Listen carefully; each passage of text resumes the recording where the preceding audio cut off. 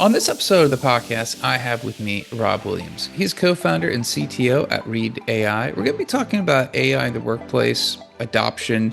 We're going to talk about how Read AI actually operates or with the AI components. They actually use a lot of their own products internally. We're going to ask him about that, about building AI and doing more with a smaller engineering org. We'll see if we can get to anything else as well with you, Rob. But I appreciate you joining the show. Thank you so much. It's great to be here, Amir. Nice, Uh, nice to talk to you.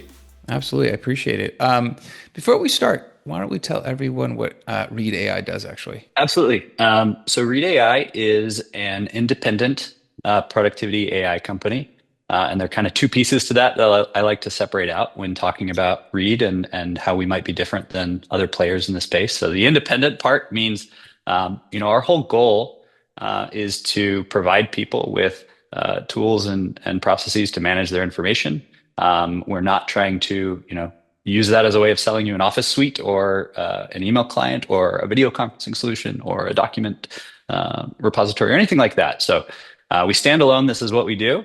And the productivity AI part is really what I said. We want to find ways to remove pain and friction from organizations. The evolution of the company, we started actually with like a heavy analytics focus and trying to help people reclaim poor uses of their time. And over the last 4 years or so, it's evolved into using what we understand about engagement and interactions to deliver content that people need that they might not know exists in their organization and help them navigate their lives as information workers who are so often overloaded with what's going on around them in the day to day. Fantastic. I guess, in this topic about, AI in the workplace, we're gonna be talking a little bit of AI within the context of Read AI itself, and that'll be interesting. Yeah, I guess being an AI first company, it seems like you guys are consuming your own product. When we think about adoption in the AI space, maybe outside of what you guys do at Read, have you guys observed anything when it comes to adoption? Any success criteria, any success factors? Yeah. One of the things that I've been surprised by is the variance in intentionality. That's kind of how I describe it when we're talking about it internally. When I go to conferences or trade shows or just talking with other people in the industry, it there's a whole spectrum of people from, we're trialing your product because we had X, Y, or Z problem, and we know that this is painful and we can quantify it, and we're really interested in it and excited, to the opposite end, which is, the interactions I have with people who say we're trialing Microsoft Copilot, for example, and I'll say, oh, great, what are you using it for? It does a lot of different things, and there are a lot of different products under that umbrella, and they'll say, we were told to evaluate AI, and that's kind of the success criteria is just, did you evaluate AI? And there's not really a lot of intentionality there, and that's not specific to that one solution, but I think that across the industry, the degree to which people are aware of AI is very, very high, and the degree to which people are aware of what maybe they could do personally to improve either their lives, or if they're in IT, the lives of the employees at their company. They're kind of all over the place there. That's been surprising. Hmm, interesting.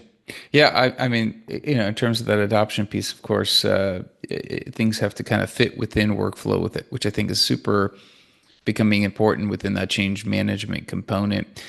I guess from your perspective, when it comes to Read, do you guys consider yourselves quote unquote, AI native products? Is that an accurate statement?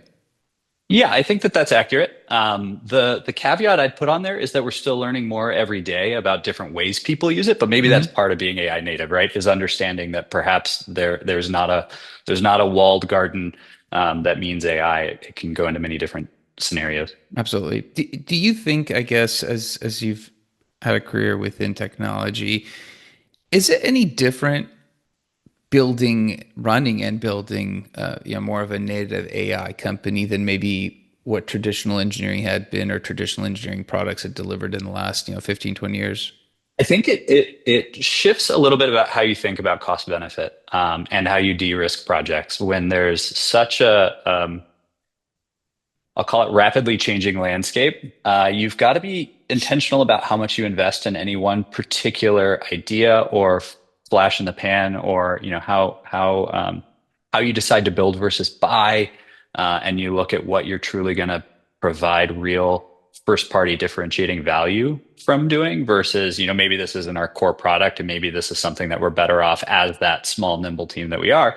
Sure, let's outsource that to a commodity solution that, we can just check that off of our list. So I think that the rate of change means that you have to be really, really careful and think about those things often. Whereas maybe in the past you could get away with being wrong for a few years and then changing your mind. I think you'll feel it much more immediately nowadays. I guess when it comes to, building the product itself from an engineering perspective, Yeah. there's a lot of change. You mentioned depending on, whose timeline you're on. I mean, ChatGPT came on the scene a couple, years ago. People have been in AI a little bit before that. It's still very quick. When you kind of view engineering and what you guys are developing, is there a litmus, or is there kind of some criteria for what you guys consider tech debt? And the reason I'm asking that is, Mm. if you're moving quickly, sometimes there isn't value in going, hey, we need to keep track of this. We're probably going to rewrite it, or it'll be different, or we don't know what it will be, Yeah. but maybe there's less value. Compared to traditional engineering products, is there that notion, or do you still have to approach it with some of those, older fundamentals? I like that you said tech debt there. And my team, when they listen to this, they'll pick up on it immediately and they make fun of me for it. But I have a bit of an unusual policy on tech debt, which is I try to ban the use of the term tech debt, not because I don't believe in investing things or building quality solutions, but because it's so imprecise in today's world to be meaningful and constructive in conversations. It makes it really hard to be sure everybody's aligned. And so whenever an engineer says tech debt, I kind of raise my hand and I say, are you talking about concern about the scalability of a solution to 5 million people at once? Are you talking about readability and risk that we're going to have bugs introduced because something's unclear to a future engineer down the line? Or, what do you really mean by that phrase? And I think drilling into those specifics is really how we get to the decisions we make on what do we prioritize, what do we not prioritize. And so there's that aspect of it. Thank you for listening to my soapbox on it. But then there's also to your question, the time horizon.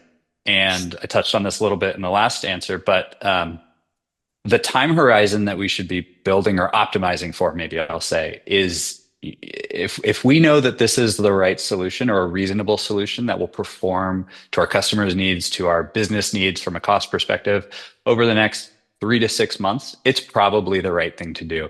And anything that we do beyond that, any time we invest further, is just as likely to be mistaken as it is right. And so we should try to be eyes wide open about that. So we do have that 3 to 6 months horizon when we're talking about things, whether it's methodology and looking at models or looking at our own proprietary models, or scalability, where, over 3 to 6 months, we're going to grow several times over in our user base. At least that's been the case for the last several years.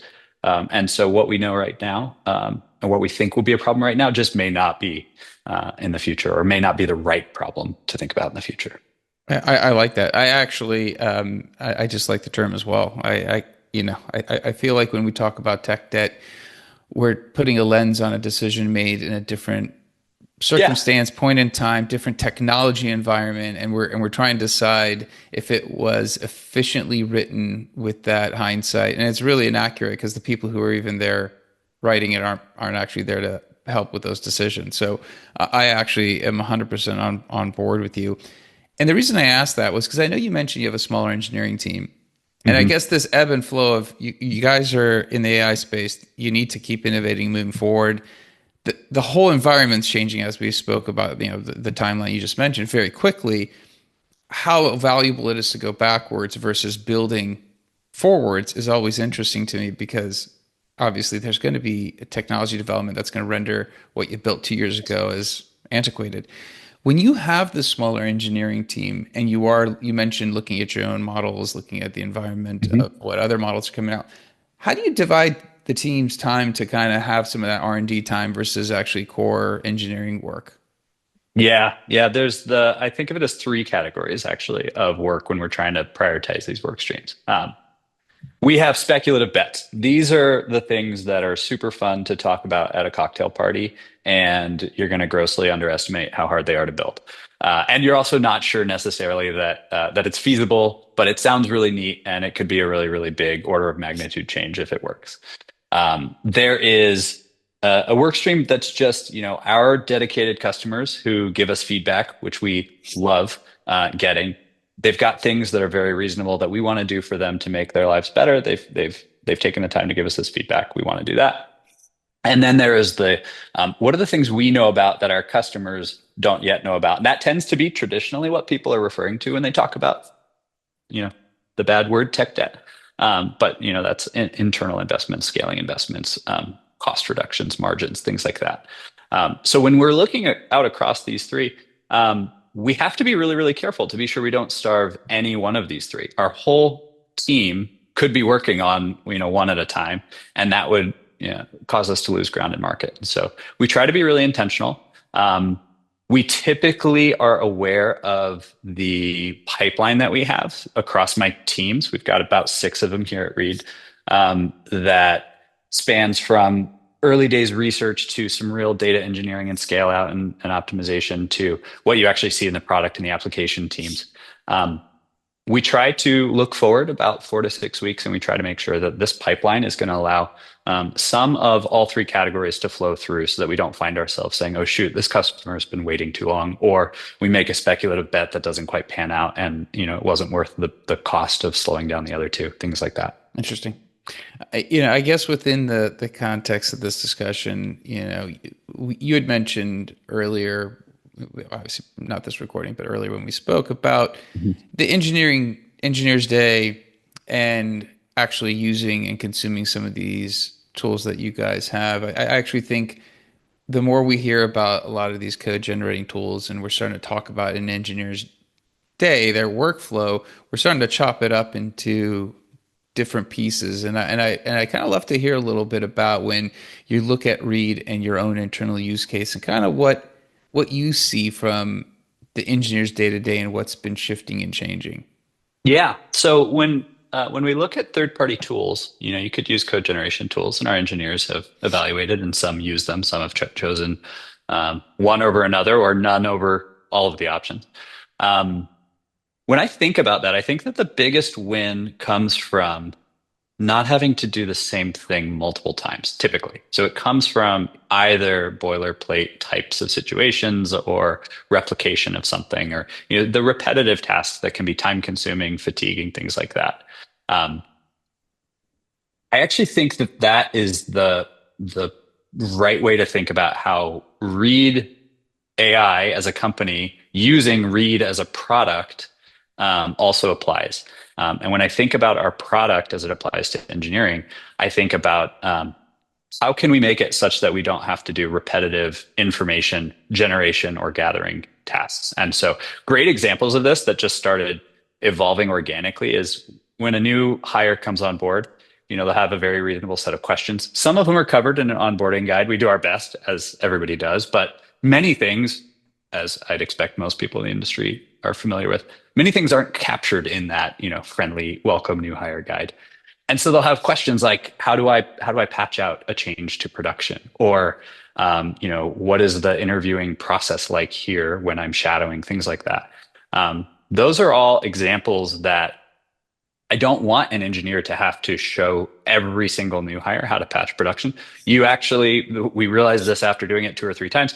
We just got on a Zoom call and we showed the new engineer how to patch to production, and then we shared that with the engineering team. So any future engineer who starts at Reed can ask this question within Reed's Search Copilot feature, and you'll get a direct link to the video. It'll tell you what you're doing and how to do it and show you. And we don't have to do that same information sharing practice over and over and over again, just like you don't have to write boilerplate code over and over and over again. So just removing right off the bat all of those repetitions of that. Yes, you still want to work with your team, you want to interact, but you want to do it with high value, novel kinds of information sharing. Just like with code, you want to be writing the high value, novel kinds of code, and let the models and let the raw compute do the rest for you. I like that. I guess when you look at your team, and it sounds like they've kind of evaluated, some of the code generation, some have chosen to use it, some haven't. I guess when you are looking at the engineering team, and they have differing views on where AI will help, will not help. Obviously, we can include Reed within those contexts. How do you improve buy-in? Because I guess from an engineering Mm. perspective, some people are like, I've had this workflow, I know it works. You want to incorporate something new, I've got to alter that. Most humans don't like to change if given a choice. We like to stick with what we know works. How do you work with the engineers to make sure that they are incorporating tools that I guess the greater engineering org sees as a net positive? Yeah. This is a little bit of a cop-out answer, I'll be honest. That's fair. I'm fortunate to be in an environment. This is one of the things I love about small, efficient, effective teams and startups. Um, Sort of by definition, every single engineer who's at Reed has self-selected into at least some degree of change that's probably above the median level of change that people in the population, I'll say, appreciate. And so we tend to be very open-minded about adopting new tools, very, very curious about adopting new tools. And so I actually think that maybe in my role, it's a little bit unique in that I have the flip side, which is I want to be sure that we have a culture of being really practical and evaluating tools through the lens of practicality. And is this going to move the needle on product development? And is this going to make things clearer and easier for us to maintain? Because at the end of the day, with a small team, one of the things I'll tell new engineers is I can't afford to have things be inefficient. I don't have, I spent about 8 years early in my career at Microsoft. I don't have unlimited resources the way some of these behemoths do. I just don't. So I have to make hard choices about what I do and don't do. And so I have to make sure that we're evaluating all possible options that we can to squeeze out that efficiency. So that's the answer. Is I kind of get to sidestep it by virtue of the environment I'm in. Um, I think at other organizations it can be hard. I think it's hard to um, everything. This is a bit simplistic, but everything is a cost benefit ratio in a Mhm. way. IT administrators are often thinking about the cost in the form of risk to the company and sharing data and things like that, and then the benefit is entirely derived by the employee or the company who's receiving the employee's work. Trying to force that employee to see value in it can be really, really challenging, and I think it has to be done at the cultural level. I like that. Yeah, actually, that's really interesting because you mentioned people who come work at the company are self-selecting, which is true. They're a little bit more open-minded, and you going back to having a smaller team, everyone's on the same page. You guys are all in these 3 to 6 month, you know, workspaces of trying to deliver value. When you are working with end customers and you're trying to better understand the change they're undergoing. I guess when it comes to an engineering team being a little bit smaller, how much distance is there between the customer and the engineering for that feedback loop? I would say it varies by team or by personality in a way. I mean, this is another benefit of the small company environment. Everybody is a little bit product minded. Everybody sort of needs to be a little bit product minded, at least a little bit. When we're talking about customer pain points, actually, let me say it differently. When we're talking about features, when we're talking about new work, we are almost always talking about specific customers or specific scenarios customers have alluded to. And so it's probably the case that our customers don't realize just how much our engineers think about them by name and know them by name and think about what they're currently having trouble with because yes, we have a customer success team. They do great work being dedicated account managers. Yes, we have a product team and yes, we have sales teams, but we're all really at the table talking about this is the customer. They have got let's say 1,000 seats and they're frustrated because blank. And we want everybody to know that so that you can get that empathy developed and we're not just building in a vacuum. And I think doing that, I think this is a nice segue from the previous conversation. Doing that is, I think, the best way of retaining that culture of practicality. So when somebody's evaluating a new developer tool, they're not just saying, wow, this is really neat and flashy. They're saying, wow, I'm actually able to deliver value to this customer really quickly and directly. I love it. I want to ask you one final question. If you can't answer, that's okay as well. But this is just curiosity because everything I've heard about the product, it's and I obviously we have it on recording because I'm curious to see how what it's going to output. I'd love if you could share with me. But you guys are building a very interesting ecosystem around, I guess, yeah, knowledge, right? That's really you're trying to make knowledge more accessible for everyone. You're also operating in the land of, I mean, giants of technology. I mean, there's other, co-pilots. Being Mhm. small probably has huge advantages in that. When you work with your engineering team, and obviously, you could see the bigger releases out in other Mhm. products. How do you help keep the team focused on, listen, guys, if we keep driving forward, we're small. And I asked this question of other people within enterprise IT of going, you have all this data, you're a legacy company, versus you're Mhm. competing against these startups that don't have the data, but they have immense amounts of tech.